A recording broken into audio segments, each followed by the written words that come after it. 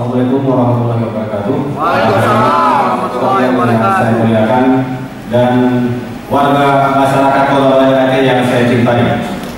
Sebagaimana telah kami sampaikan pada debat kandidat yang pertama dahulu, bahwa tujuan atau alasan kami berdiri di sini adalah untuk kepentingan Anda, kepentingan warga bangsa Aceh. Bukan kepentingan warga pada wakil wali kota. Karena Kota Banda Aceh ini adalah milik rakyat, bukan milik pemerintah.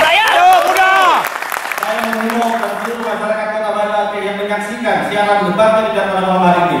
Buka mata Anda, buka hati nurani Anda, nilai kami secara objektif. Pasangan nomor 1 sampai nomor 5, mana kira-kira yang menurut Anda paling bisa untuk mengayomi, untuk mensejahterakan rakyat dan berkeadilan untuk rakyat.